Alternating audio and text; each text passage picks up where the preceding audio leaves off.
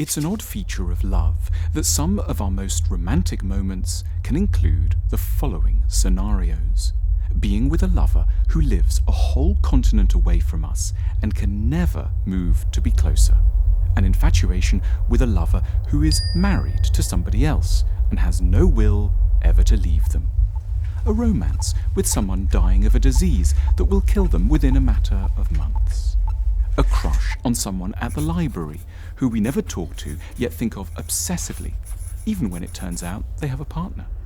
Or the last days of a holiday romance before we have to take a grueling 12-hour flight back home. What unites all these situations is an external obstacle to love, which paradoxically serves to make our desire more intense. We might suppose that our love would be strong in spite of the challenges, but the situation is weirder than this. Our love is strong precisely because a proper relationship is not possible in the real world, because love is fated to be in some way unrequited or incomplete. People stuck in these unrequited situations can garner a lot of sympathy and seem like the natural friends of true love, but they tend to be no such things. They are timid visitors to the land of love who have carefully chosen situations which will prevent them from ever taking up more permanent residence. They are self-saboteurs who would rather be in control of a sad situation than half out of control of a happy one.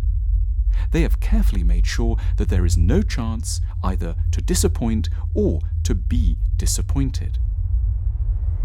It is the external obstacle that gives them the security to surrender themselves totally to feelings that they would keep well at bay if, miraculously, the obstacle were to be removed. To feel a lot for someone who is available is an emotionally highly flammable requirement. The possibilities for getting hurt are enormous.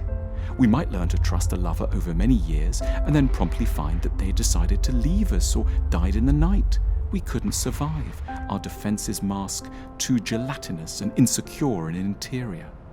We would have given them the keys to our self-confidence and direction and would struggle after so long to know how to carry on. Not all of us have the psychological histories that make us robust enough to dare to enter situations where mutual trust is a risk that we can dare to endure day to day. We may have been let down too badly as children.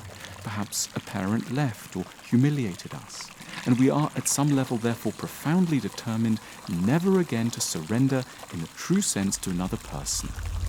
We don't put it that way to ourselves, of course. We're most likely not even aware of the pattern we're involved in.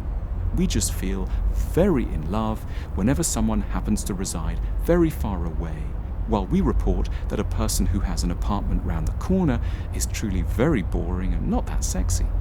It sounds, for a time, before you can start to see the pattern, rather plausible. The true challenge of relationships is not to fall in love with someone who may never want to see us again. It is to accept the far more interesting and truly heroic challenge of falling in love with someone who isn't dying, isn't stationed in the Arctic or married to somebody else, someone who would have no objection to seeing us pretty much all the time. Impossible situations feel so romantic not because we have found a soulmate, but because the absence of risk has loosened our hearts. But we should, with time, more fairly learn to dare to turn our amorous attentions to that deeply dangerous, threatening, but ultimately rewarding character. The person we know, the person who likes us a lot, and the person who's available all the time. Now that would be truly romantic.